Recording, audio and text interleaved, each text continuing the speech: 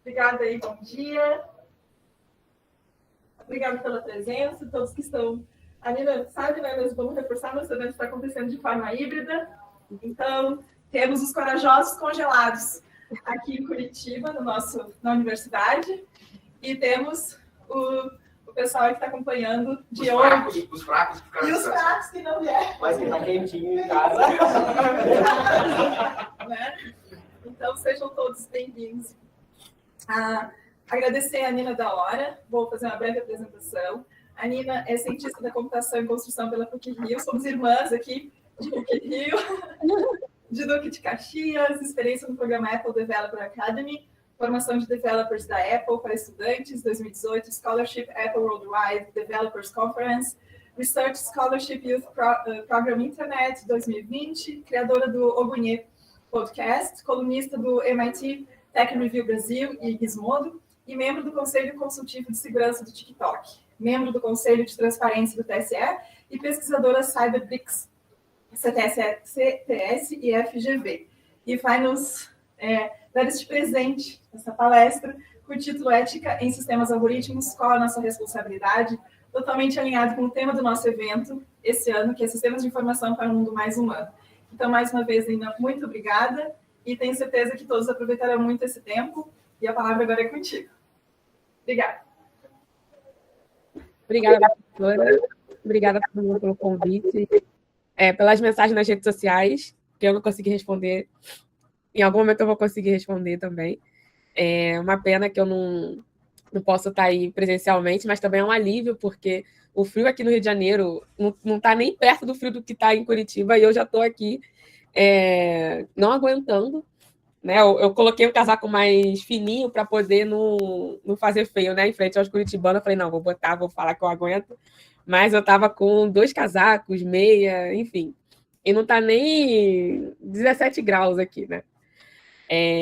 Enfim.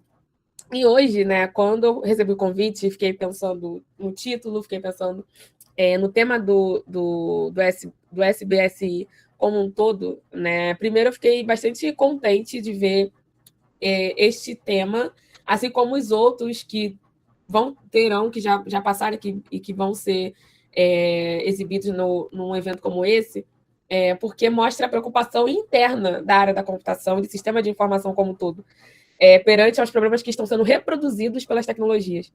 Né? E isso também, para mim, a longo prazo, vai fazer com que, na graduação, pelo menos, a gente consiga fazer esses debates e essas discussões de forma um pouco mais acessível para os estudantes.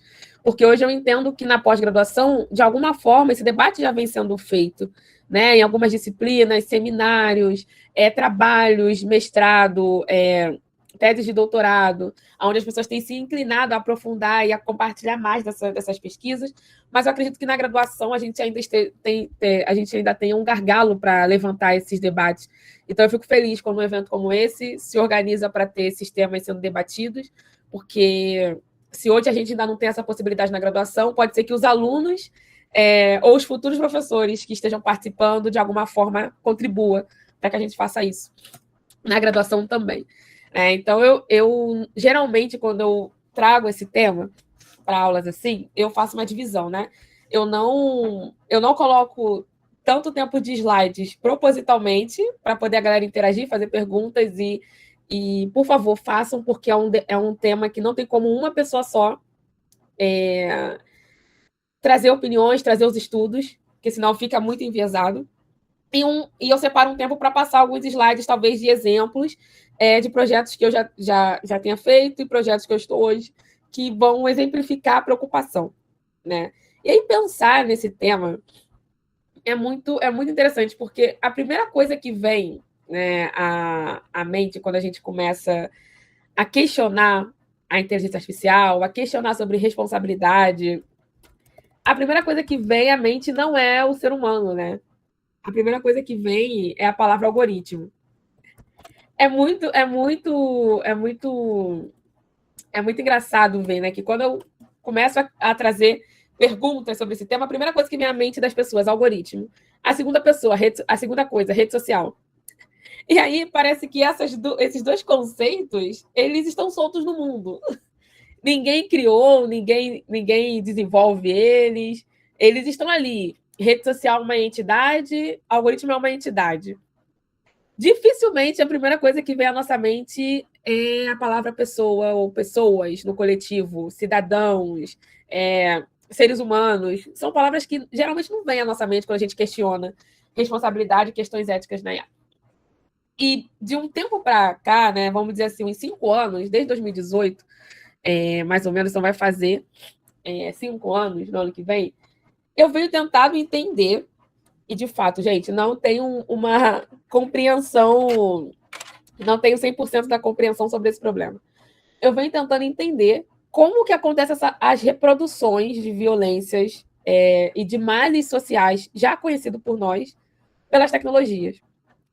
Logo no início, eu ficava questionando muito o desenvolvedor, né? Eu sou desenvolvedora também. Então, eu ficava me questionando, eu ficava assim, eu tenho que prestar atenção nisso, eu tenho que prestar atenção na palavra que eu uso, eu tenho que prestar atenção em como eu estou trazendo minha opinião para dentro do projeto de desenvolvimento. Eu estava inclinada a questionar só o desenvolvedor. Isso acontece com a gente. Quando a gente inicia, a gente sempre fala assim, a culpa é do desenvolvedor, vamos ter que treinar os desenvolvedores. Não sei quem já ouviu isso. Vou treinar os desenvolvedores em questões de ética, vou treinar os desenvolvedores em diversidade, vou treinar os desenvolvedores para a inclusão. Só que o desenvolvedor, ele está na ponta. Ele só não é a ponta. A ponta é a sociedade. Eu não coloco nem público-alvo. A ponta é a sociedade. Mas o desenvolvedor está quase na ponta.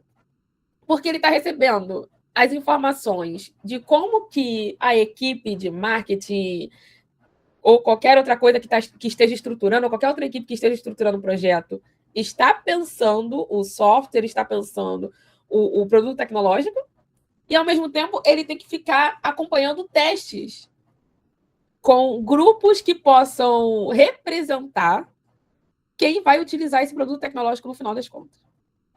Então, o desenvolvedor ele não está tomando decisões que são decisões que estruturam o projeto como um todo.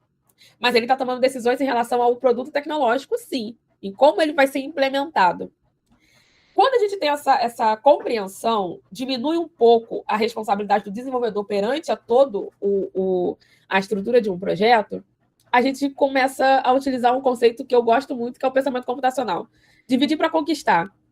Eu estou dividindo em blocos. Eu não estou colocando tudo na mão do desenvolvedor.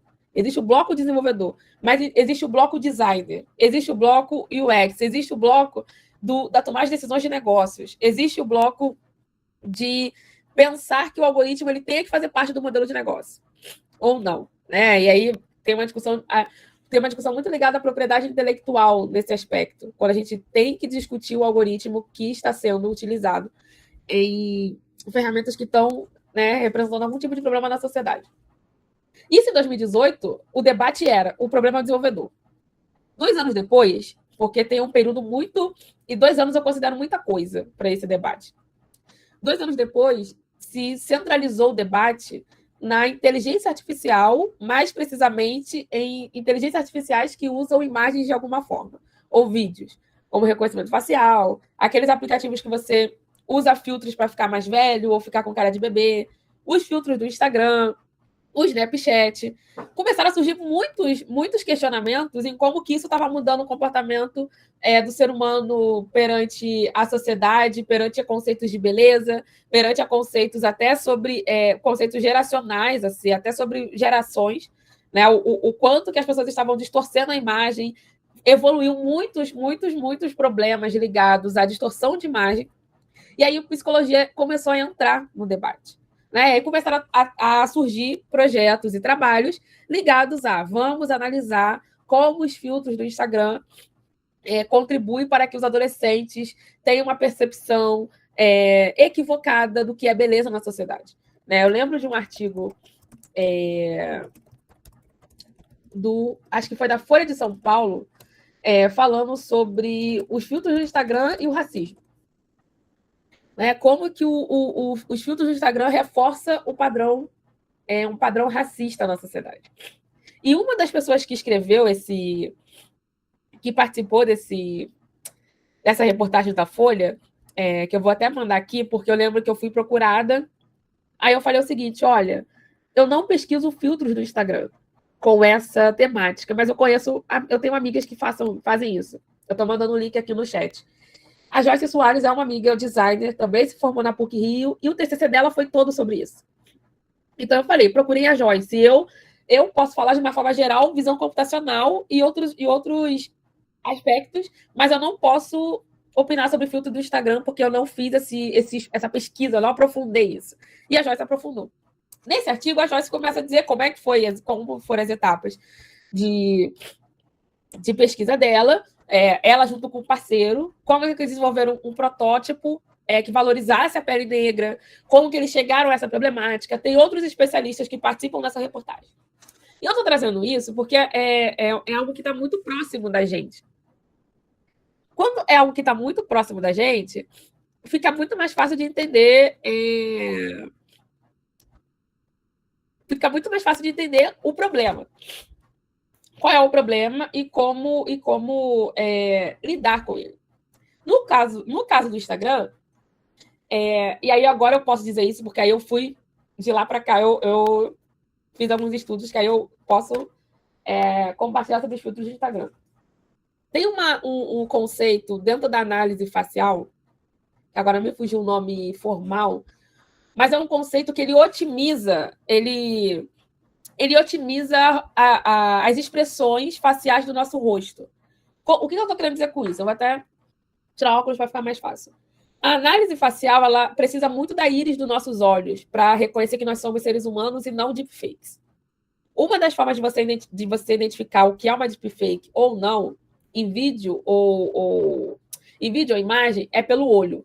Né? Se uma deepfake está assim, né? Claro que agora eu não vou conseguir fazer, mas quando o olho está centralizado e está muito vidrado, o olho não acompanha uma leitura, não acompanha o que ele está visualizando. Isso é uma das formas de você identificar uma deepfake sem ferramenta computacional. Na análise facial, a íris dos olhos é muito importante para a gente identificar que eu estou e vou começar a analisar um rosto que realmente é um rosto.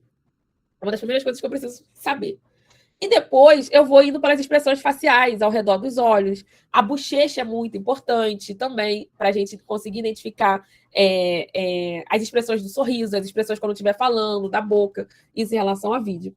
Então, os filtros de Instagram e do Snapchat vêm de uma evolução desse pequeno conceito de você otimizar o máximo que você puder, perante a iluminação de um local, o rosto dessa pessoa. O que seria essa otimização? Ou essas otimizações? Eu consegui fazer o rosto ficar sem nenhuma mancha, sem nenhuma ruga, sem nenhuma espinha.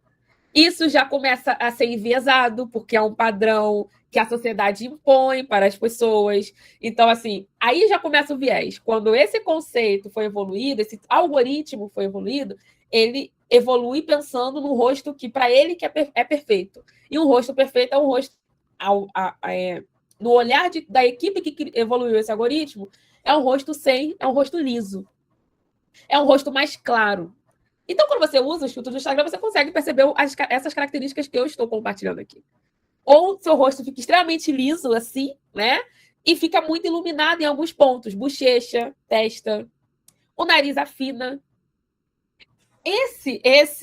Essa evolução, claro que ela dependeu de um aprendizado de máquina. Né? O que a galera gosta de usar o nome em inglês, machine learning. Mas aprendizado de máquina. E aí o aprendizado, junto com visão computacional, que aí eu estou lidando mais com imagens, que base de imagens foi utilizada? Não temos a transparência disso. Se você for procurar documentação, e eu fiz isso, a documentação do Instagram, do Snapchat e do Face App. Face App é um dos aplicativos que eu mais tenho ranço, porque todo ano, em algum momento do ano, o Face App volta. E todo mundo utiliza aí. Em algum momento do ano, você vai ter algum amigo seu compartilhando. Olha aqui como seria o mais velho. E é esse aplicativo Face App. Eu procurei a documentação dos três. Na documentação dos três não diz. Não tem link para a base de imagens ou uma amostragem do que seria a base de imagens, de como que foi coletado. Não tem uma documentação clara sobre como funcionou a filtragem que tem que ser feita a partir dessa coleta de imagens, as imagens que vão ser utilizadas. Não tem uma amostragem de imagens de pessoas brancas, pessoas negras, pessoas indígenas, mulheres, homens, não tem. Não, a identidade de gênero especificada é sempre binária somente, então só é homem ou é mulher. Não tem a expansividade da identidade de gênero que a gente tem hoje, que a gente já tinha na sociedade e agora a gente está debatendo. E aí, ontem, é interessante como as coisas vão se conectando, né? Quando a gente tem que dar aula, quando tem que fazer uma palestra. Ontem eu estava na L'Oréal, visitando o centro de pesquisas que é na UFRJ, e uma das falas eu guardei, porque eu falei assim, gente, amanhã eu vou estar com uma galera e eu vou falar sobre um assunto que isso vai acabar me ajudando. Eu descobri ontem, de ontem para hoje, eu já separei 300 artigos para ler sobre isso. O Brasil, ele tem 55 dos tons de pele, 55 tons de pele de 66 disponíveis no mundo. O Brasil tem 55. Por que essa informação é importante? O Brasil tem 55 e o Brasil tem todos os tipos de cabelo. Por que isso é importante? Estes algoritmos que eu e vocês aqui vamos estar debatendo, estamos questionando a responsabilidade da sua criação, a responsabilidade do seu desenvolvimento, não são algoritmos e muito menos as bases de dados utilizadas no aprendizado de máquina não são do Brasil. Ou seja, não está representando nem 50% do que se representa de pessoas diversas no mundo. Só o Brasil tem 55 tons de pele. Gente, isso é muita coisa. O Brasil só não tem 11. Sendo que eu separei alguns artigos que eu ainda não li, então por isso que eu não posso aprofundar isso. Eu não parei para fazer a pesquisa assim, de ontem para hoje, né? Pouquíssimo tempo também.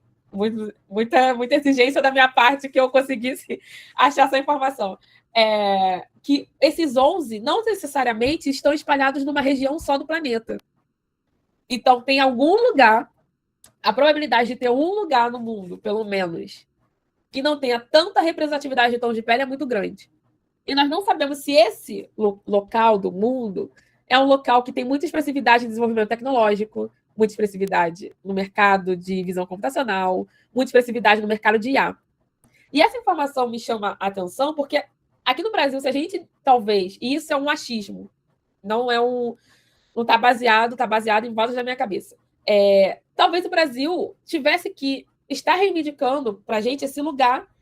A gente tem uma infraestrutura que não é a melhor das infraestruturas para produzir tecnologia, e eu tenho total noção disso, não só pelo como a gente está tendo que lidar com as questões científicas nos últimos quase 4 anos, mas acho que vem bem antes disso, mais de uma década, né, que vamos tentando estruturar e reestruturar um ambiente tecnológico que dê fruto, mas eu acredito que o Brasil conseguiria produzir tecnologias ligadas à IA. Aqui eu só estou especificando para tecnologias de imagens, que talvez levantassem outros problemas, e não não os problemas que nós temos hoje em relação a não reconhecer pessoas negras ou reconhecer pessoas negras como pessoas que estão cometendo algum ato ilícito na sociedade sem ter essa afirmação, somente com a afirmação do fenótipo. Então, imagina, você tem um país como esse em relação a tons de pele e cabelo, e os algoritmos que a gente tem que usar aqui não conseguem não conseguem mostrar essa representatividade ou lidar com essa representatividade. Para os outros tipos de ferramentas de uma IA, tipo ferramenta de voz, tem outras questões éticas, ferramentas de processamento de linguagem de texto. Ferramentas de voz, logo que as assistentes pessoais surgiram, né, a Alexa, a da Google, a Cortana da Microsoft, que foi uma das primeiras, que ninguém fala sobre isso, a Siri, que foi uma das primeiras e todo mundo esquece disso. Quando elas surgiram, tiveram algumas pesquisadoras, como as pesquisadoras do livro Data Feminist, que inclusive é um spoiler, esse livro está sendo traduzido para o Brasil, e eu que estou traduzindo, então daqui a um mês a gente vai poder comprar esse livro, que eu estou terminando a tradução dele, então está dando um pouco de trabalho. A Catherine e esqueci o nome da outra autora, elas falam desse início das assistentes pessoais. Como foi questionado, por que só tinham vozes femininas, por que as vozes femininas sempre falavam no mesmo tom de voz perante a agressividade que alguns usuários testavam, né, ou compartilhavam com elas, seja no celular, seja no dispositivo. O outro ponto questionado, quando elas foram criadas dentro da região do Vale do Silício, na época, e ainda hoje, era uma região já muito, predominantemente, com muitos homens brancos, e com muitos homens brancos que tratavam as mulheres, as poucas mulheres que trabalhavam naquelas empresas, como assistentes pessoais mesmo, elas ocupando cargos de direção e coordenação técnica nas empresas. E aí, no livro traz essa crítica de como que o meio que a tecnologia está sendo criado influencia em como ela vai ser compartilhada para a sociedade. Então, esse é um outro ponto do ambiente. Quando a gente vê, né, quando nós vemos assim, alguns projetos preocupados em incluir mais mulheres na tecnologia, projetos preocupados em incluir mais LGBTQs na tecnologia, mais pessoas com deficiência, é muito por conta dessa influência do Vale do Silício, por questionar muito o Vale do Silício, que é o...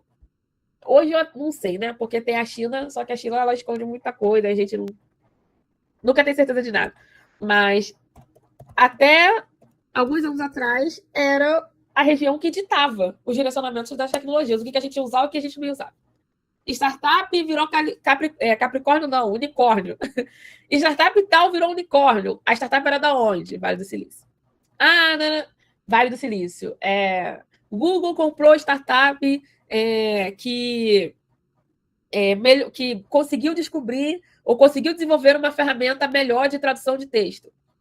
Eu não sei se vocês sabiam, mas nem tudo que o... E agora entrando mais na parte de processamento de linguagem natural, nem tudo que vem dessas traduções né, desse benefício do Google Tradutor foi feito só pela Google. E aí eu vou passar um vídeo para vocês que é muito melhor do que eu representando, do que eu falando daqui a pouco, que é uma das pessoas que ajudou nesse gerenciamento, nesse desenvolvimento, falando o quanto que a Google coletou de dados de cultura de outros países, e como isso foi feito ou não, com a permissão das pessoas, e como que isso influenciou para a ferramenta do Google Tradutor que a gente tem hoje.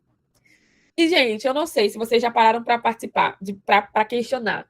Como que o Google traduz quase todos os dialetos e idiomas para o inglês e tem muita dificuldade de traduzir espanhol e português, porque quem entende um pouco do espanhol sabe que tem muitas traduções que você faz de espanhol para o português no Google Tradutor que vem errado. Muitas traduções de português para o inglês que vem errado.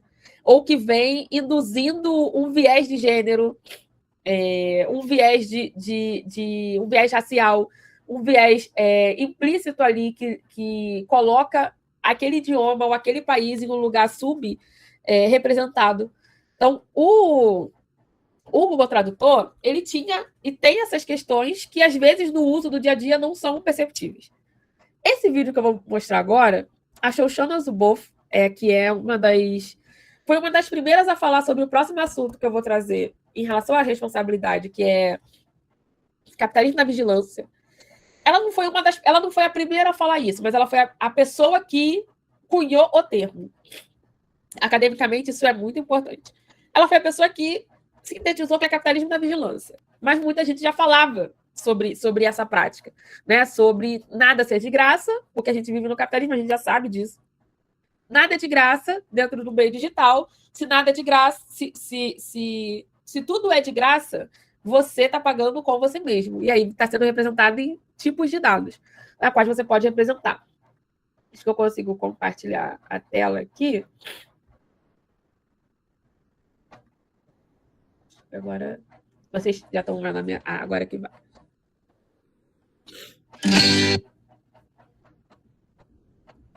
Show.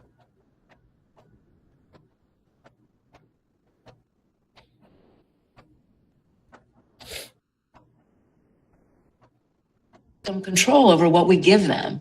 And therefore, we think that our calculation, our trade-off here... Espera que eu vou botar na parte do Google Tradutor, né? Porque são 49 minutos. Acho que já está chegando. Hobbies, preferences, and friends. Because they retrieve a lot of information from the digital traces we leave behind unwittingly. Spelling errors in your search terms. Which color buttons you prefer. How fast you type. How fast you drive. Residual data. Way back at the beginning, back in the year 2000, 2001, 2002, back in those days, these data were considered just extra data. They were considered waste material. And people called them things like digital exhaust or data exhaust. Eventually, it was understood that these so-called waste materials harbored these rich predictive data.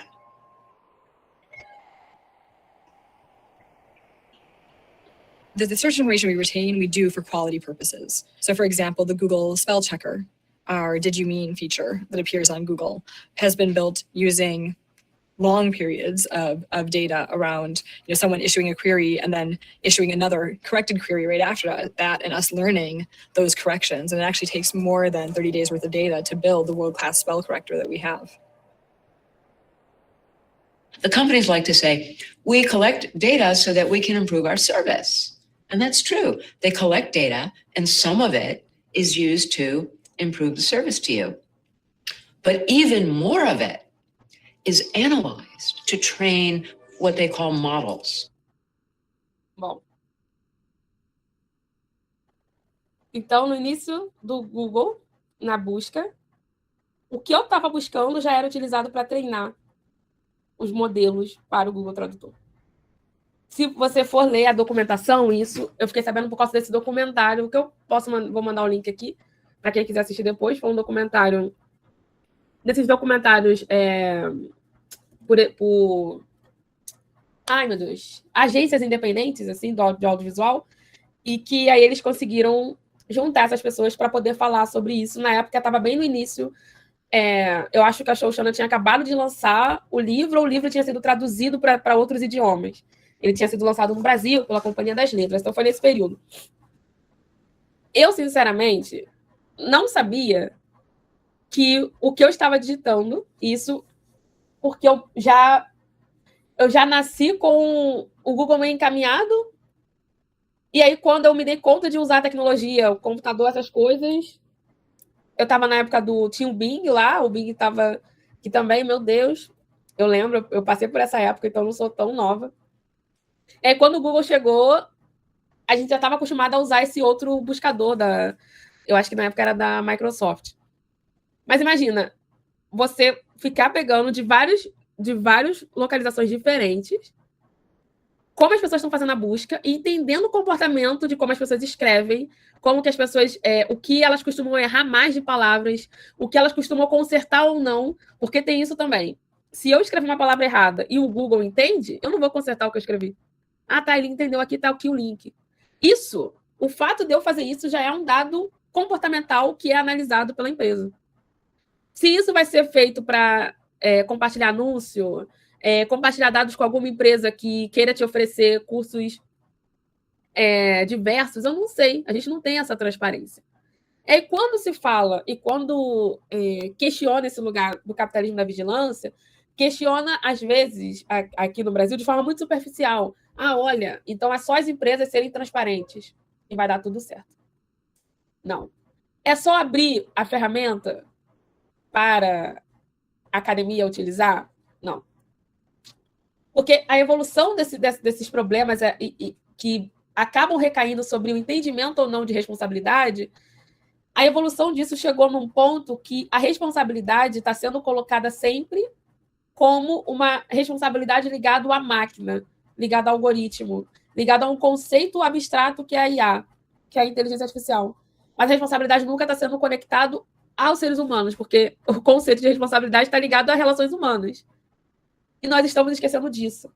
Então, o ponto da regulação, das regulações que estão sendo debatidas no Brasil, e isso foi algo que eu trouxe, não pode ser um debate somente técnico e não pode ser um debate somente ligado à área do direito. Ah, então é só colocar aqui uma cláusula, ai, meu Deus, esqueci os nomes, né? Um projeto de lei que diz que todas essas empresas americanas ou chinesas ou whatever, suecas também, porque a gente tem o Spotify, todas essas empresas têm que abrir as informações sobre como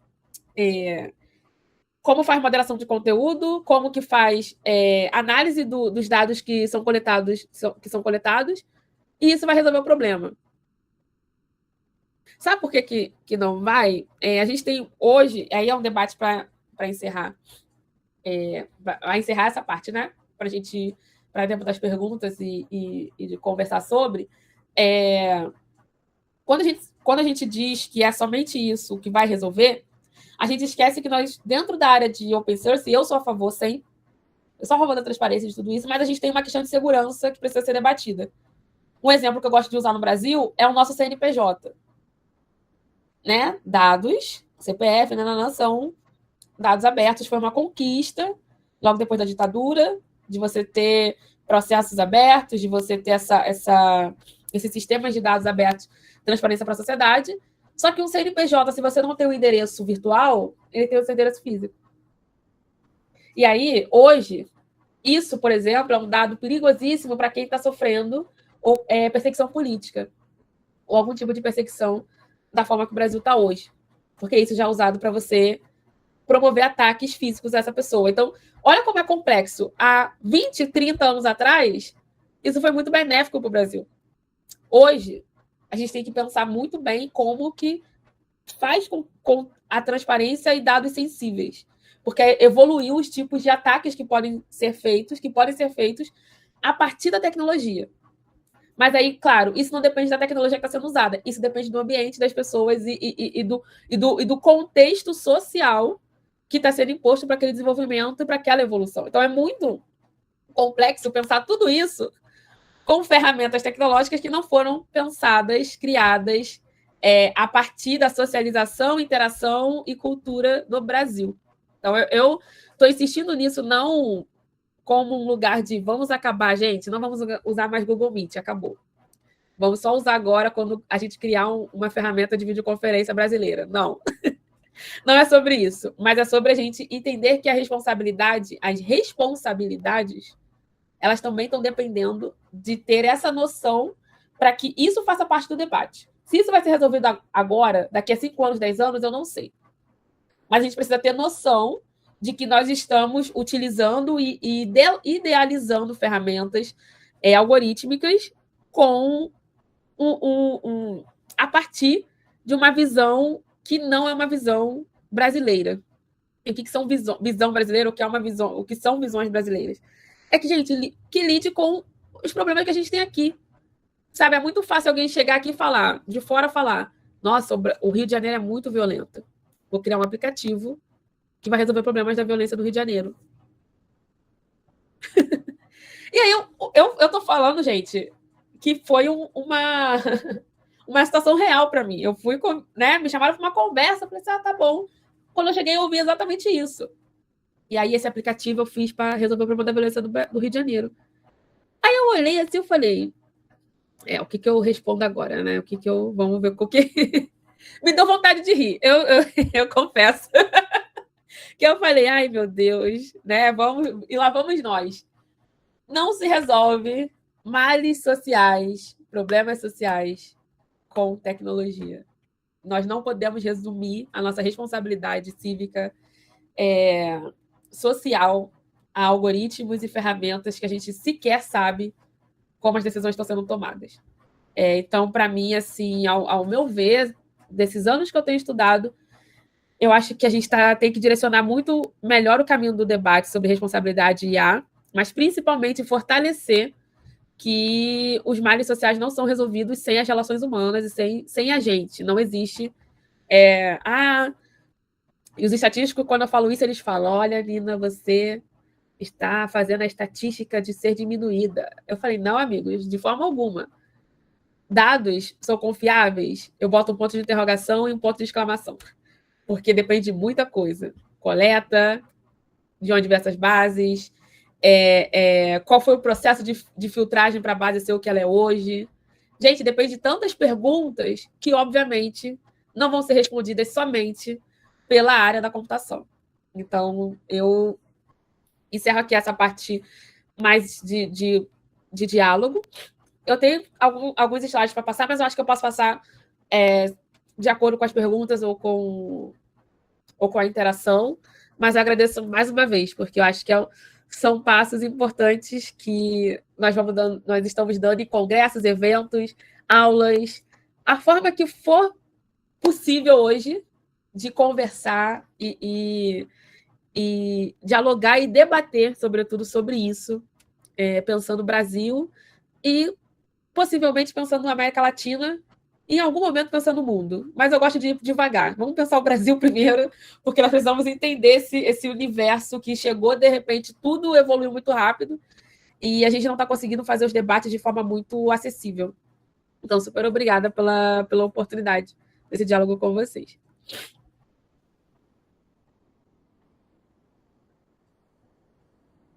De novo. Vamos com o áudio, né?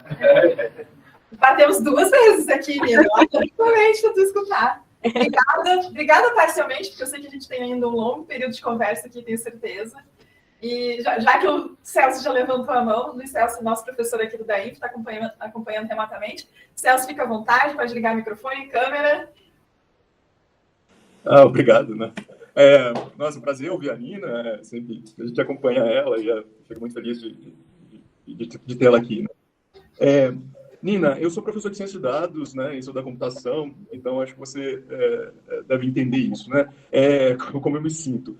Eu vejo todos esses problemas que você está vendo, e eu falo para os meus alunos, nossa, a gente da computação tem esse poder enorme de criar essas ferramentas, de mudar a sociedade, de ter um impacto gigante na sociedade, né? Então a gente tem todo esse poder. E, por outro lado, a gente da computação é uma das áreas que não se preocupa com questões de ética, questões de história, questões de sociedade. A gente tem esse problema de ter uma tendência de não se interessar por esses assuntos. Como a gente muda isso? E se eu puder fazer outra pergunta, rapidinho, já que não desperdiçar essa oportunidade, também eu queria que você, se você tem alguma coisa para falar sobre os incentivos que a gente tem, porque você falou do papel dos desenvolvedores, do papel da sociedade, mas também tem o papel do mercado, né? Então, por exemplo, eu estudo e falo muito de fake news. E eu falo para os alunos, né? Uma das coisas, o grande problema são os incentivos financeiros, porque para essas plataformas de mídias sociais, espalhar fake news gera mais dinheiro para eles, porque gera mais engajamento, etc. Então, tem esse papel também dos conflitos de interesse, né? Aí, como que a gente coloca isso tudo no bolo? Mas, muito obrigado. Desculpa fazer 2 perguntas. Obrigada, professor. São duas perguntas muito importantes, assim, principalmente começar falando do papel do mercado. Eu vou começar citando um artigo da Karen Hall, que agora está no Washington Post, mas ela era do MIT Technology Review, que ela escreveu um texto debochando do fato do mercado se apropriar do debate, tentar se apropriar do debate de ética e começar a saturar as palavras. Eu vou saturar ética em IA, eu vou saturar viés. E aí ela falou, olha o novo vocabulário do mercado, para que o mercado, essa saturação, comece a de fato, tentar dominar o debate e fazer o debate ser influenciado pelas questões monetárias e não ser influenciado pelas questões sociais. Um exemplo disso foi o que aconteceu com a Trinity Gerber, né? Ela, junto com a Margaret, elas evoluíram a área de ética em IA nos Estados Unidos e na Google, e elas questionavam muito internamente os projetos que estavam sendo desenvolvidos. E aí foram, de uma hora para outra, demitidas, tiradas da chefia. Só que a Google, gente, antes disso acontecer, era a empresa que fora, né, nos Estados Unidos principalmente, era a empresa que fazia os eventos, que financiava os eventos em relação à ética e algoritmo. Se você jogar em qualquer base de artigo, Google e Ethics in AI, é um dos maiores que produziam artigos com essa equipe delas. Então, tinha uma influência muito grande no mercado. Era uma influência que outras Big Techs não estavam fazendo, nem Amazon, nem Microsoft, nem Apple, não estavam fazendo esse debate. Esse debate era muito puxado pela Google. Então, tem uma questão aí do mercado que ele é influenciado pelo dinheiro, mas tem pessoas trabalhando nesses lugares, e eu sempre falo isso porque eu tenho muitos amigos que trabalham nessas empresas, né? Quando eu questiono a Alexa, eu recebo 10 DMs dos meus amigos falando que trabalham na Amazon. Amiga, de novo, deixa a Alexa em paz. Eles começam a brincar, tipo, eu morro de rir, eu falo, eu vou deixar em paz quando vocês fizerem isso e isso. Assim, é uma relação, são meus amigos. Eu conheci eles antes de entrarem nesses ambientes e eles se mantiveram, tentam se manter éticos perante ao que está acontecendo. Eu sei que tem pessoas dentro dessas empresas que o lema de vida delas é tentar alterar o máximo que elas conseguirem internamente dentro desse lugar. E aí, por isso, que quando eu faço debate no mercado, eu tenho que humanizar pessoas que estão trabalhando nessas empresas. Porque uma coisa são as decisões em relação ao negócio, que elas não estão participando. Então é isso, os meus alunos eles não participam disso. Mas como e quando eles têm a oportunidade de fazer um evento interno, levando pessoas que vão falar ou questionar os produtos tecnológicos da empresa, fazer formações que envolvam esse debate ético, eles estão fazendo, é uma tentativa. Por mais que eu seja muito esperançosa, Luiz, eu acho que não é esse o caminho. Porque, infelizmente, a gente não está participando do que é o mais importante. É a tomada de decisão se, por exemplo, uma ferramenta como a Alexa deveria estar coletando áudios gravados, gravando áudios das pessoas. Isso é uma conversa que, se não tem uma auditoria externa, e aí eu entraria para responder essa segundo ponto, tem um modelo que a Margaret, eu esqueço o sobrenome das pessoas, né? Eu tive um professor que ele falou assim: você jamais pode esquecer o sobrenome das pessoas, porque nananã, e eu sempre estou esquecendo. Mas eu vou mandar o link do artigo aqui, desse modelo Model Cards, que é uma forma de documentar cada processo que você faz com a sua equipe de IA ou qualquer coisa relacionada a dentro de IA.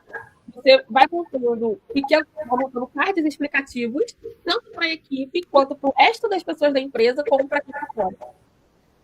Só que, além disso, eu sou a favor da auditoria externa. E a gente não tem isso nessas empresas. Recentemente, eu participei do time de análise crítica do DALL-E, da OpenAI, que é a ferramenta que você escreve uma legenda e ela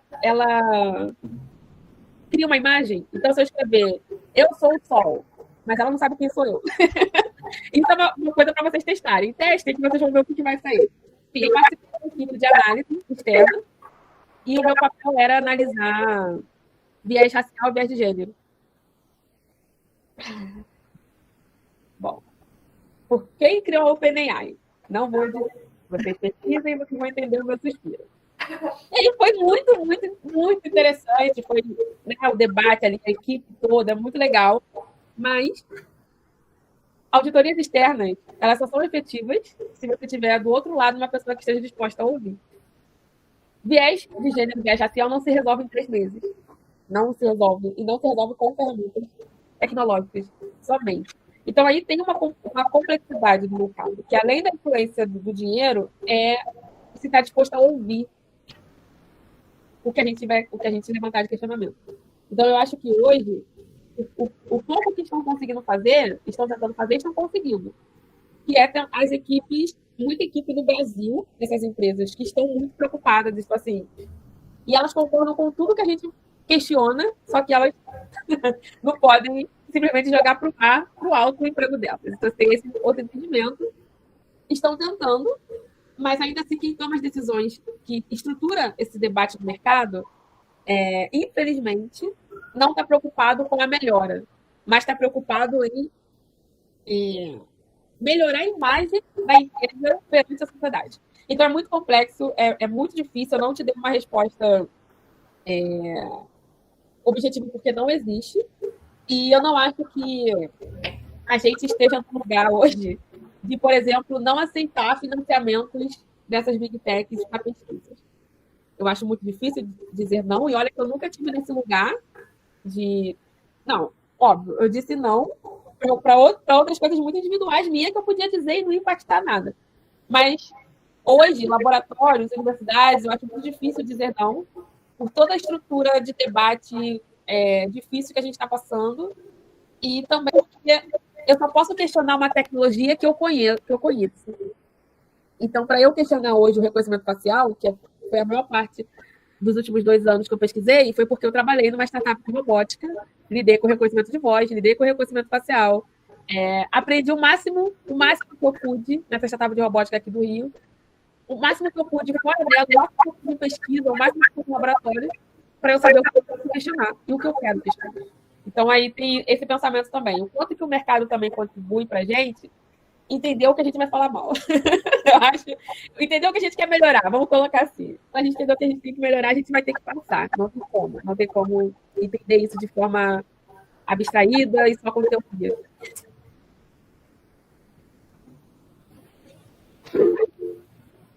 Professora Renata. Oi, Rita. Oi, Nina. Muito obrigada aí pela sua fala. Eu acho que ela vem bem a calhar com o momento que a gente teve antes de você, onde a gente estava discutindo justamente como que a gente se posiciona em relação a essas tecnologias que a gente constrói, que tecnologia é essa, como a gente forma nossos alunos. Então, você veio assim, né, dando muita luz para a gente. Obrigada, tá? E acho que a minha questão é um pouco essa, assim, eu tenho a impressão, Nina, que a gente, aliás, como sempre, todas as gerações fazem muitas revisões de valores, né? Então, a gente está num processo intenso de revisão de valores. E acaba que a tecnologia, como é uma ferramenta de interação social muito forte, ela evidencia esses dilemas de valores de uma maneira muito intensa, né? E aí a gente estava discutindo antes, tá, como é que a gente, enfim, trabalha a cabeça dos nossos alunos? Nós somos esses agentes, né? E a gente, enfim, não temos respostas, e a gente ficou naquela, vamos lá, a gente coloca uma pedrinha na cabeça e torce para o menino mudar de divisão. Mas eu fiquei pensando também, assim, agora você falando, assim, a gente tem muito de... Assim, nós somos espelhos, né?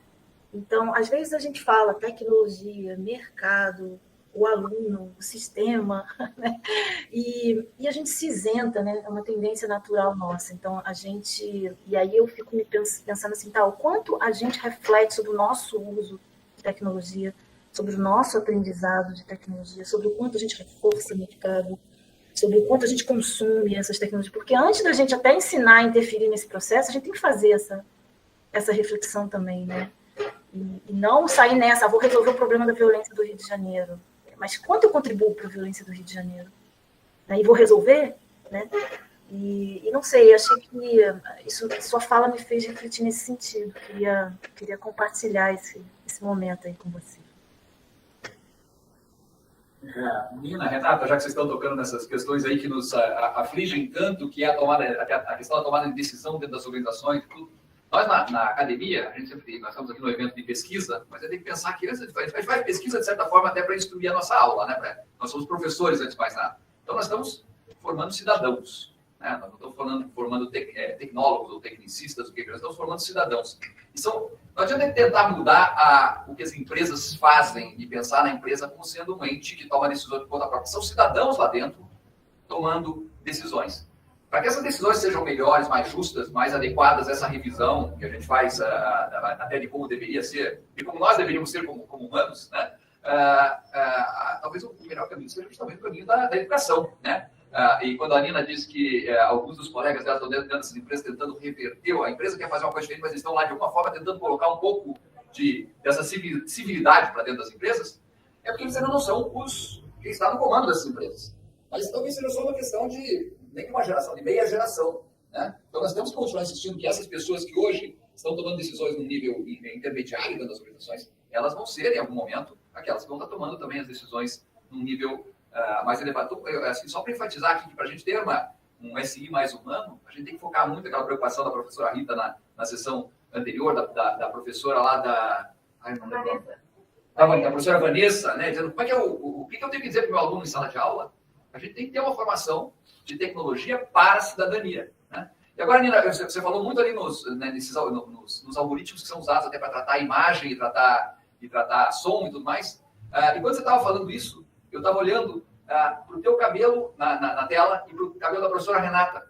Eu vou te dar pelo menos um ponto para dizer assim, olha, aqui funcionou melhor. O teu cabelo está tendo muito mais nitidez, né, na imagem que o da Renata. A Renata volta e meia quando ela vira lá, o cabelo branco, grisalho, vamos dizer assim, como o meu aqui da Renata, ele desaparece do lado da cabeça dela. E o teu está bonitinho.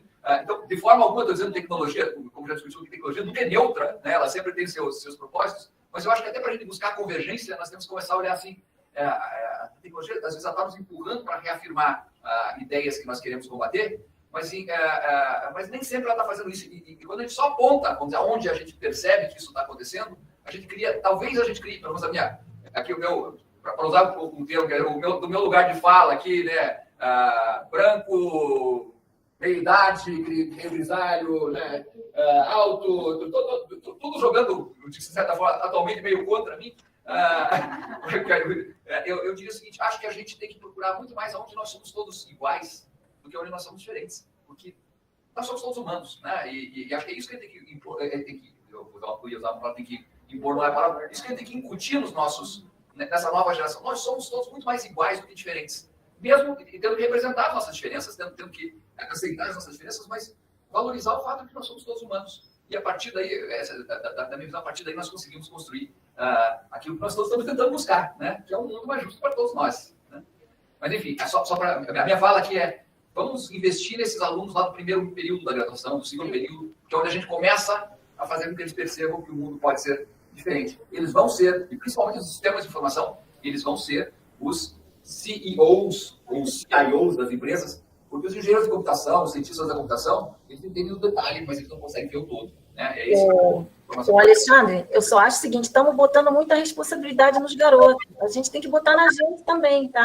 Eu vou dizer o seguinte, já botaram muita responsabilidade na gente lá atrás e a gente não deu conta do recado. Mas agora eu tenho que passar essa responsabilidade para outros. A gente não está morto, a gente está vivendo essa sociedade, amigo. Não tenha dúvida, ele não está morto, mas a gente tem que achar, vou dizer, olha, não é que eu estou entregando completamente o bastão, mas estou dizendo assim, olha, o que tentamos fazer e nós não conseguimos, vamos tentar fazer de um outro jeito. Mas enfim, vai gerar o debate aí. Eu ia falar, né?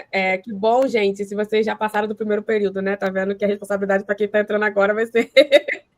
Mas obrigada, professora e professor, assim, pelas falas. Eu estava pensando muito em como a professora Renata inverteu as perguntas, né? Ao invés da gente pensar, vou propor a solução, mas o que eu estou fazendo hoje perante aos problemas?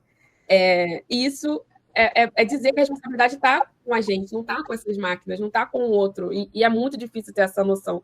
Normalmente a gente tem essa noção na terapia, né? Então, eu costumo dizer que acaba que a gente vai ter que estar pensando aí uma terapia coletiva na área da computação, talvez, que a gente consiga ir compreendendo também o nosso papel nesse ambiente. A hora que a gente está, a hora que a gente não está, e está tudo bem. Eu gosto de pensar também que nessa questão que o professor trouxe da galera que está lá internamente nas empresas. É isso. Antes dessa percepção, antes de eu ter amigos muito próximos vivenciando esse dia a dia nessas empresas, eu não interagia muito e eu não fiz aplicações, processos seletivos, assim, eu não foquei muito nisso quando todo mundo estava... Quando abriu a janela dessas grandes big techs para a gente na universidade, que foi ali quando a gente estava terminando o Apple Developer Academy, eu tomei uma decisão que eu sabia que seria uma decisão muito difícil, que era não ganhar o dinheiro naquele período que eu podia ter entrado nos estágios. E tenho amigas que entraram nesse período e estão até hoje, né? Foram contratadas e tal. Mas é porque eu já tinha outros projetos com a sociedade, assim, eu tinha o Computação Sem Caô, financiamento do Serra Pilheira. Então, eu estava vivendo um outro momento onde me permitiu olhar e falar, não vou fazer o estágio dessas big techs, não vou aplicar. E isso, para mim, por mais que tenha sido uma decisão difícil, porque é uma decisão difícil, quando a gente está numa área de tecnologia e é uma área que, às vezes, evolui muito rápido, né, o dinheiro para a gente. Né? Depois se vai escolher carreira acadêmica ou mercado, é muito difícil pensar isso quando eu não venho de uma família que me fez herdeira ou qualquer coisa do tipo. Mas eu lidei com essa responsabilidade e hoje o que eu direcionei hoje para minha carreira, eu vi assim, beleza, eu lidei com a responsabilidade dessa escolha, mas eu não quero dizer que isso tenha que ser também a decisão de todo mundo, porque a gente tem que analisar a nossa responsabilidade e o nosso contexto para saber se a gente vai dar conta disso ou não. Eu analisei o meu, então normalmente eu não fico nas falas falando, não faço um processo seletivo, não faço, não, gente, assim... Como eu disse, cada um, e coletivamente a gente tem nossas estratégias. Nós temos nossas estratégias individuais, nossas estratégias coletivas, e a gente precisa entender o momento que elas vão se cruzar, para poder conseguir fazer com que esse debate evolua, e é muito difícil hoje com as redes sociais, com a forma que o debate está sendo feito, intermediado, moderado, filtrado, sem a gente saber. Então, às vezes, a pessoa disse uma coisa, é interpretado de outra forma, quando você vê, escalou no nível pronto. Ou a pessoa tem que sair, ou a pessoa E às vezes, né, eu vou usar um exemplo muito fora da nossa tecnologia, da nossa área. Por exemplo, em relacionamentos. Tá acontecendo o julgamento do Johnny Depp e da Amber. Dois atores. No início, o que aconteceu, Johnny Depp, todo mundo, cara, foi isso que aconteceu, o cara bateu nela, não tem diálogo. E agora apareceram áudios dizendo que eles brigavam, que eles lutavam. Então, assim, olha a discussão. Quando isso foi para a rede social, foi criado perfis, todo mundo virou advogado. Tem isso, na rede social, todo mundo é advogado e vai ter papel. E agora tá todo mundo assim. Nossa, ela usou a teoria feminista contra. Aí uma amiga postou isso, eu fui no DM dela e falei, amiga, mas ela não falou nada. A gente que ficou aqui criando história e dizendo que Johnny Depp deveria sair da carreira. Então, o quanto que o debate que tem na rede social hoje está sendo mediado pelas vozes da nossa cabeça, sem necessariamente as pessoas terem dito isso, sem necessariamente a gente ter visto o que aconteceu. Então, isso também influencia como a gente vai fazer o nosso debate com as próximas gerações. Porque tem geração que agora na universidade que, além de não querer ter aula de 2 horas, vê o resumo no TikTok antes de ir para a aula. E aí, assiste no TikTok e chega para o professor, isso aí está errado. Por que eu estou errado? Porque meu influencer favorito estava vendo um vídeo ontem, onde ele pegou um cenário específico, explicou o conceito, e isso para mim diz que você está errado. Eu já ouvi isso em sala de aula, não para mim, o professor. E eu fiquei olhando e falei, meu Deus, coitado. E aí o professor ficou naquela situação, o que eu respondo? Dependendo do que eu responder, vai para a rede social. Meu Deus, olha. Então, assim, a gente tem gerações diferentes, usando ferramentas diferentes para filtrar o que ela escuta, o que ela lê, o que ela compreende. Então, a gente precisa trazer mais das relações humanas, porque a gente está sendo mediado demais por esse enxame de informação. Então, eu acho que fazer perguntas e mudar a forma que a gente faz perguntas é muito importante. Então, eu gostei que a professora Renata trouxe. E eu diria, além do chamado de graduação, né,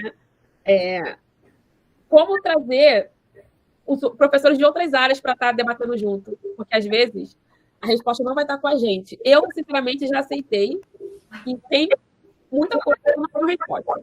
Então, eu estou de boa, minha terapeuta falou, aí você já passou, beleza, vamos para outra coisa.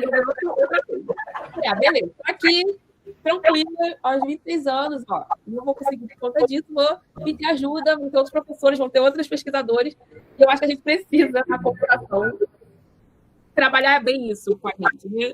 Não vai ser a gente que vai conseguir resolver tudo, tá tudo bem, vamos chamar os professores de filosofia para dar uma aula, assim.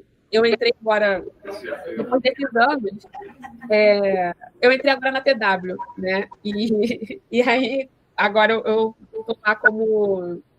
Tem um nome bonito que eu não vou lembrar agora, mas eu estou lá para trabalhar com responsibility, focado no Brasil. Então, como que a gente direciona esse debate, viés e tudo mais, internamente. Mas quando eles durou uns 3 meses para eles conseguirem me contratar, e o pessoal riu muito, o pessoal falou assim, falei, gente, foram 3 meses, porque eu tinha que entender se eu queria, eles tinham que entender isso, tinha que entender esse cruzamento, né, mercado, eu estava muito tempo fora por uma escolha, eu fiquei fora do mercado, fiquei fazendo outras coisas, muito mais ligada à sociedade civil e à pesquisa, e agora eu acho que eu posso contribuir para, de alguma forma, influenciar positivamente esse debate para esse outro lugar. Isso quer dizer que eu tenho certeza que vai dar certo? Não. Isso quer dizer que eu posso contribuir. E o posso é uma possibilidade, não é uma certeza. Isso foi muito bem conversado entre a gente. Até por hoje eu estar nesses conselhos ligados ao governo, ligado ao TikTok, né, de segurança, por isso que eu, às vezes, uso o TikTok. E o conselho do TSE de segurança, porque eu fui entendendo todo. Então, estrategicamente, para mim, entender como o mercado está lidando com isso também é importante. E não ficar só de fora. É isso, como que eu vou propor? Se eu entender o que está acontecendo. Eu não tenho como propor sem entender o que está acontecendo. E dentro da empresa, uma coisa que eu gosto muito é essa multidisciplinaridade e interdisciplinaridade. E eu acho que a gente já faz isso na academia de alguma forma. Seja os professores, no horário do almoço, uma troca. Mas eu acho que na computação especificamente, a gente às vezes fica muito imerso nos nossos problemas abstratos. E aí, é uma responsabilidade nossa também abrir as portas e falar, galera, precisamos da sua ajuda. E não também esperar que as outras áreas vão ficar batendo na porta lá. Porque, gente, todo mundo já fez isso. Eu trabalhando num projeto desenvolvedor e fulana pediu para mudar de novo. Mudar de novo a tela. Sei lá, quem já trabalhou com front-end? Ai, nossa, eu vou falar para ela que não tem como. O código que eu fiz só funciona no meu computador. Não tem como se eu fizer isso, vai atrasar não sei o quê, nananã. Vocês estão rindo, né? Porque eu tô vendo a cara de vocês Tem gente que tá sem máscara, eu tô vendo que tá rindo. Então, assim, a gente faz com o trabalho da faculdade. A gente vai fazer em equipe. Então, é essa coisa que a gente tem que trabalhar. Se a gente já tá rindo, já é um bom sinal. É um sinal que a gente, acontece. Vamos ver como melhorar esses detalhes. Porque as outras áreas estão ansiosas para tentar dialogar com a gente. Tenho certeza disso, elas estão ansiosas, mas eles estão também receosos com tantas portas que eles têm que bater para conseguir conversar coisas muito simples. Eu acho que isso, Diógenes, que você perguntou aqui no chat, de alguma forma eu li sua pergunta e procurei também trazer o que seria, como fazer esse debate e quem participaria desse debate. Não tem como colocar um filtro de quem pode participar desse debate, porque a tecnologia está influenciando todo mundo. Mas eu acho que quem estrutura esse debate, quem pode estruturar esse debate, são as pessoas, os cidadãos que estão conectados de alguma forma em prol de propor caminhos possíveis de soluções para o Brasil e para os outros países. E aí, esses participantes, eles não estão só na academia. A gente pode trazer essa galera do mercado que está, de alguma forma, tentando nas empresas. Assim como a gente pode trazer pessoas do governo que estão ligados à ciência e tecnologia, que estão fazendo esse debate a nível governo. Porque eu demorei a entender, gente, e eu não quero que quem esteja no início ou final da graduação demore a entender isso. Eu demorei a entender que o debate no setor governamental atinge a massa. A gente, às vezes, ignora isso porque a gente acha que o privado vai dar conta. E não vai dar. E não vai dar. Assim, eu tenho um exemplo simples para isso. Durante a pandemia, pela infraestrutura no Brasil de acesso à internet, não era possível somente o Zoom, Google Meet e qualquer outro aplicativo de videoconferência, por mais barato que eles façam de pacote escolar e acadêmico, eles não conseguiram dar conta de compartilhamento de informação entre escolas e universidades durante a pandemia. O que acontecia? Em algumas regiões, o rádio era usado para compartilhar aulas. Em algumas regiões, o WhatsApp era usado, mas era usado só por áudio. Em outras regiões, era o rádio e a televisão. A gente tem, assim, por exemplo, o Canal Futura, que em várias regiões do Brasil, em vários locais do Brasil, ele passa o Telecurso 2000 e passa algumas aulas para o vestibular, para o Enem, direto para essas regiões, porque elas não têm acesso à infraestrutura escolar ainda, por mais que a gente esteja passando por esse processo híbrido no Brasil. Então, veja bem, para saber disso, tem que entender minimamente como o setor governamental está lidando com educação e com dados, e com tecnologia. Então, assim, eu demorei a entender isso, o valor de entender o setor governamental. E isso independe, o que eu estou falando aqui, independe de quem esteja no poder, não no poder no sentido assim, de presidente, de congresso, etc. Entender o setor governamental independe disso. Porque se você entender isso, entender o Brasil exatamente, professora, você vai conseguir fazer a discussão independente do partido que estiver. Você vai conseguir apontar os problemas e você vai conseguir apontar o que pode ser feito e o que não pode ser feito, porque você vai entender a estrutura do Brasil. Então, eu foco muito em entender o Brasil, porque nós precisamos ter amor ao nosso país no sentido de vou para fora, estudo, trabalho em empresa americana, que seja, gente, que seja. Mas vamos pensar aqui, porque está realmente muito difícil. Está muito difícil a gente ver tanta gente boa tendo que ir para outros lugares e não sequer se dando a oportunidade de conseguir melhorar e evoluir o que nós temos aqui hoje.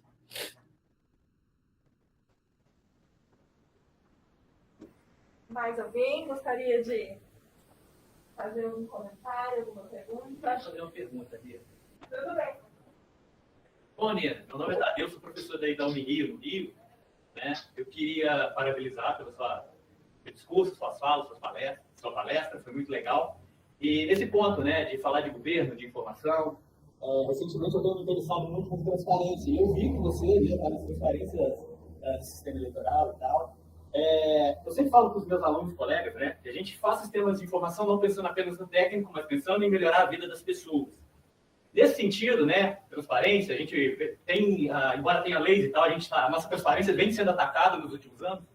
Como é que você vê, né, que, como sistemas de informação, tecnologia pode contribuir para a transparência, chegar na transparência para pessoas comuns, não só documentos PDF, coisas técnicas que estão em sites governamentais, mas a transparência chegar na pessoa comum. Como é que você enxerga isso? Obrigada, professor. Parceiro do entendido. Eu vejo que isso já foi falado em algum momento aqui, em alguma das falas. O sistema da informação tem muito mais interação com a sociedade do que ciência e engenharia, né? Isso a gente vê academicamente e vê quando as pessoas desse curso saem para trabalhar em qualquer das áreas. E eu vejo que a construção, como a forma que é pensada a construção de softwares, por exemplo, em sistema da informação, eu vejo algumas diferenças de como é passado para a gente na ciência da computação. E como que a gente tem que trabalhar e interagir com isso. Eu não tenho necessariamente que ficar interagindo com alguém da administração, saber sobre gerenciamento de equipe, sobre... em alguns cursos não tenho que saber sobre engenharia de requisitos, não tenho que fazer levantamento de requisitos, não tenho que debater esses levantamentos de requisitos. No sistema de informação, isso como é que se fala? Não são disciplinas eletivas, são disciplinas que fazem parte da grade. Outro ponto é estar sempre interagindo com o outro. E o software que eu estou criando não é para mim. Na ciência da computação, a gente foca muito em estou criando software para mim e a partir do que eu penso. Não, vocês estão sempre interagindo com o outro. Isso, para mim, já é um detalhe que diferencia muito quando tentamos elevar isso para a transparência. E quando vem para o debate da transparência, eu vejo uma contribuição, além desse dia a dia, que é diferente, mesmo que sejam detalhes, é diferente, que vocês já têm academicamente, e quando tem que fazer projetos que se relacionam com o debate afora, tem os trabalhos que são desenvolvidos de conclusão ou teses, são sempre os que eu acompanho, são sempre aplicados na sociedade. Eu acho que essa aplicabilidade, junto com a relação com o outro, faz com que a introdução ao debate de transparência para sistemas da informação seja um pouco mais fácil do que para a ciência e para a engenharia. Eu não acho que vocês tenham que ir pelas vias técnicas agora. Eu não acredito que as vias técnicas sejam a primeira coisa a se fazer. Está dentro do conjunto de coisas a se fazer, mas não a primeira coisa. Não deveria ser o primeiro passo. Mas o primeiro passo é trazer o debate da transparência para dentro dessas aulas, para dentro dessas interações que já existem. Eu não gosto de pensar que a gente sempre tenha que começar do zero. Então, como eu mostrei esses exemplos que, para mim, diferenciam os cursos, eu acredito muito no que já tem hoje, trazer o debate da transparência. Então, estou fazendo levantamento de requisito. Levantamento de requisitos para um projeto de software qualquer. Como é feito o debate da transparência? Eu estava questionando isso com um professor que é amigo. Eu falei assim, olha, professor, engenharia de software sem a IA. O software sem a IA, sem uma IA, ele também reproduz viés. Ele também tem falhas de transparência. A questão é que a gente não teve a oportunidade de debater isso. Estamos tendo a oportunidade de debater agora que a IAs, assim, as inteligências artificiais, estão jogando todos esses problemas na nossa cara. O que a gente já sabia, mas a gente agora está constantemente. Mas na engenharia de software, você consegue fazer esse debate de transparência e de viés sem necessariamente ter uma IA envolvida. Então, na hora que eu estiver levantando os requisitos, seja disciplina de engenharia de requisito ou outra que venha a se assemelhar a isso, como que a coleta, por exemplo, um software de gerenciamento de biblioteca. Eu dei algo bem genérico, mas que alguém já fez exercício sobre esse tema. Um software de gerenciamento de uma biblioteca. Normalmente a gente vai lá, não aprofunda muito sobre transparência e os dados. Mas, gente, de onde estão vindo os dados dessa biblioteca? Se for uma biblioteca pública diferente, se for uma biblioteca ligada a uma universidade é uma coisa, biblioteca comunitária é outra, biblioteca ligada à prefeitura é outra coisa. Como que esses dados se relacionam? Como que esses dados são coletados? Porque está tudo vindo, de certa forma, o governo está permitindo ou não. Os periódicos que a gente vai acessar, se for uma biblioteca de universidade, todos esses debates, todas essas perguntas que eu fiz são perguntas que, de certa forma, vocês já fazem em SI, quando tem que discutir sobre esses softwares. Então, acho que trazer o debate da transparência ele não é uma via iniciar do zero, mas pode ser incorporado em exercícios que já fazem parte desse dia a dia e desse debate. E um adendo sobre o banco de dados, sobre as disciplinas relacionadas a banco de dados, eu sei que tem uma parte que é relacionada à segurança e infraestrutura. Pelo menos na minha universidade era assim, banco de dados 1, 2, 3, 4.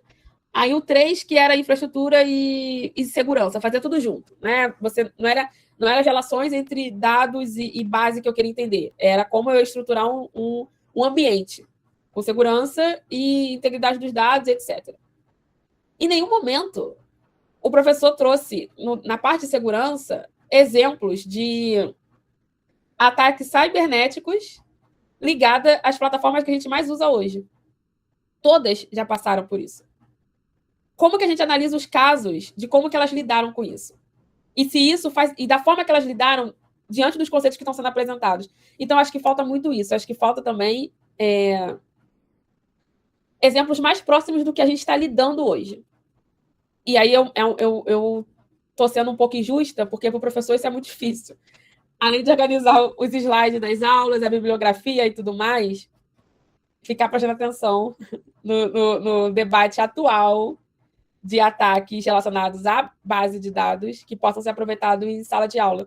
E aí, por eu estar jogando essa responsabilidade muito para o professor, eu acho que tem uma forma de hackear isso, no bom sentido. Se o professor levanta esses pontos que a gente está conversando aqui, que já são levantados de certa forma, faz com que os alunos tragam esses exemplos. E aí isso possa virar uma forma de debater, porque passa por isso. Os alunos também são muito conformados. Isso eu fui aluna e sou aluna. Tem disciplinas que a gente é conformado. Essa disciplina não me interessa, não é o que eu quero trabalhar, então eu vou me conformar com ela e não vou tentar extrair nada dela. Não vou tentar extrair nada do professor, não vou tentar dialogar nada com o professor. Então tem uma responsabilidade do próprio aluno.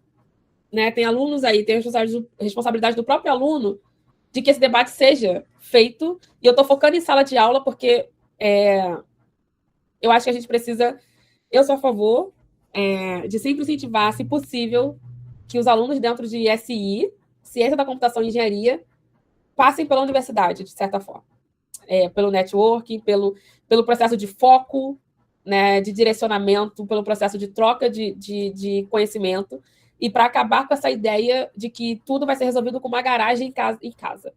Gente, não, estamos no Brasil, a gente precisa lidar com o nosso contexto e abraçar o nosso contexto. Então, eu sou a favor, sim, do desenvolvimento, seja se for só graduação, se for graduação tecnológica. Não... Por quê? Porque eu já fui aluna que olhava e falava, melhor largar a universidade, seguir a carreira tecnológica aqui, vai dar muito dinheiro, e no final, o que eu estou resolvendo, né? O que eu estou contribuindo para a sociedade? E esse momento sempre chega. Então, eu estou dando o mesmo conselho que eu recebi de um professor, que ele falou, se você não passar por esse processo, você não vai saber o que você quer mudar.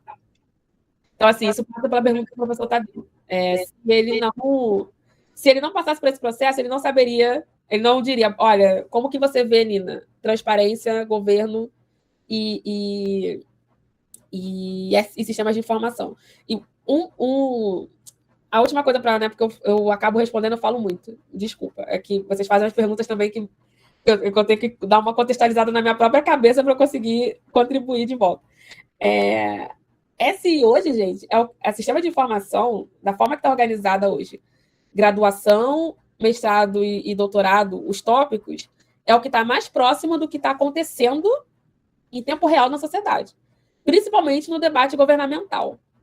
Principalmente no setor governamental, é o que está mais próximo, assim, de tópicos de pesquisas que eu já vi, a forma que a graduação está organizada, os congressos, os trabalhos que estão sendo apresentados nos congressos e nos eventos, é o que está mais próximo do debate de transparência, política, eleição, cibersegurança, porque está acompanhando isso. Engenharia e ciência, a gente fica muito preso nas abstrações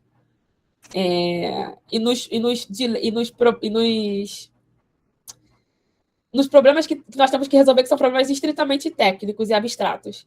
E eu nem culpo a matemática por isso, não. Eu só acho que está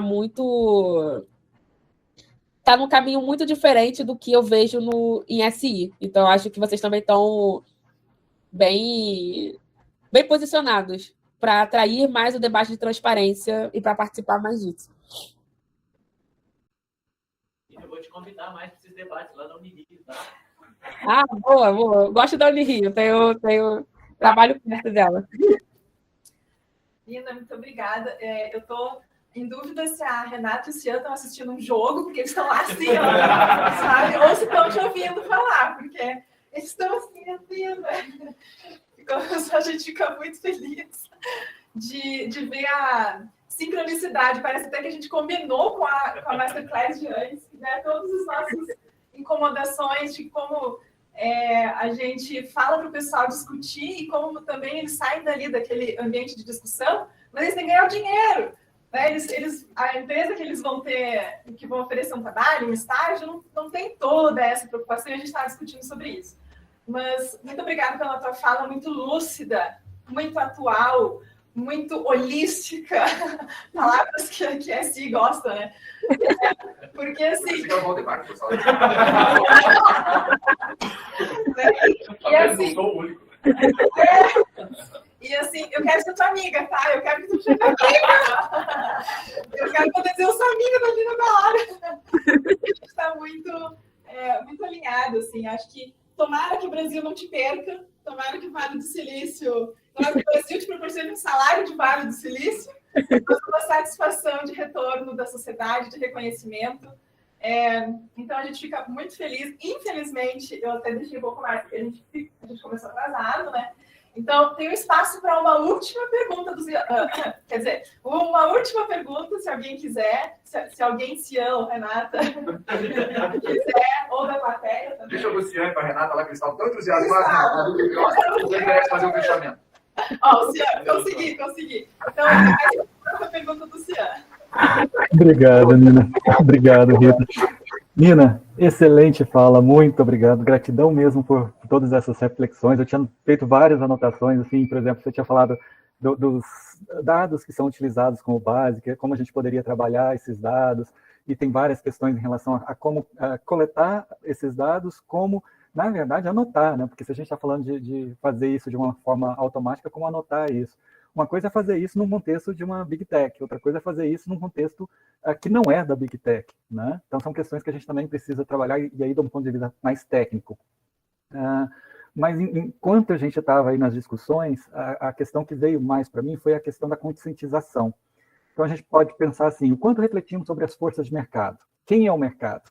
Às vezes a gente fala força de mercado, mas quem é o mercado? Quem ganha com isso? Quem ganha por isso? Né? E às vezes a gente fala assim, não, isso aí é com o pessoal da administração, não, isso aí é com as empresas. Mas estamos o tempo todo envolvidos nas relações comerciais. A gente poderia pensar a conscientização a quem atende às forças políticas. Né? E, novamente, somos cidadãos. E qual é o papel das forças da sociedade, academia, organizações de classe?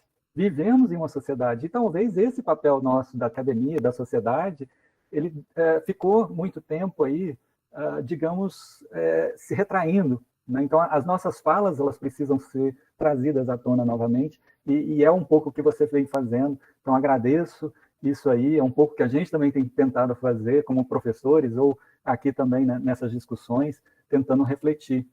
E se discutimos sobre ética na tecnologia, ou da tecnologia, também deveremos trazer esse contexto da ética no ser humano, ou do ser humano. O que é ser ético? Né? Indo um pouco além, o que é ser humano? Já que eu falei que é do ser humano, o que é ser humano? Né? Se a gente faz essas reflexões, e traz essas reflexões no nosso dia a dia também, a gente acaba levando para os diversos aspectos da nossa vida.